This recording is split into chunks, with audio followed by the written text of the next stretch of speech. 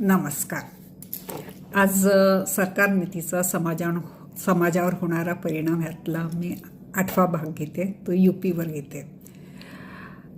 UPमध्ये जेव्हा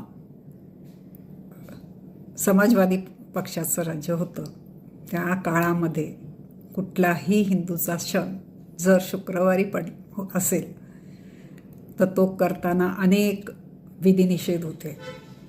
तो करायची वेळ होती आणि रोज नमाज करताना नमाजाच्या वेळेला देवळाची घंटा वाजू नये म्हणून पोलीस देवळाच्या घंटा धरून उभे राहिलेले अनेक फोटो, अनेक बातम्या आपण ऐकलेल्या आहेत.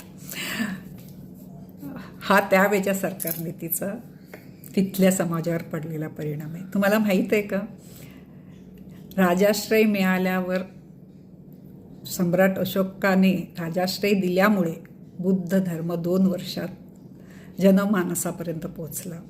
फक्त 2 वर्ष राजाश्रय मिळाल्या आणि इथे राजाचा विरोध झाला म्हणून आपला हिंदू धर्म मागे पडत गेला. अखिलेशच्या काळात योगींचं राज्य आलं.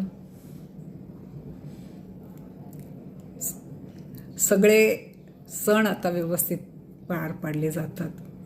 पूर्वी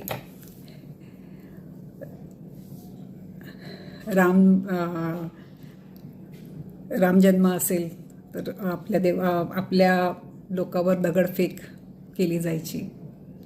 आता नाही, आता कमी झालं. आता हे प्रमाण अतिशय कमीमध्ये झालेलं आहे.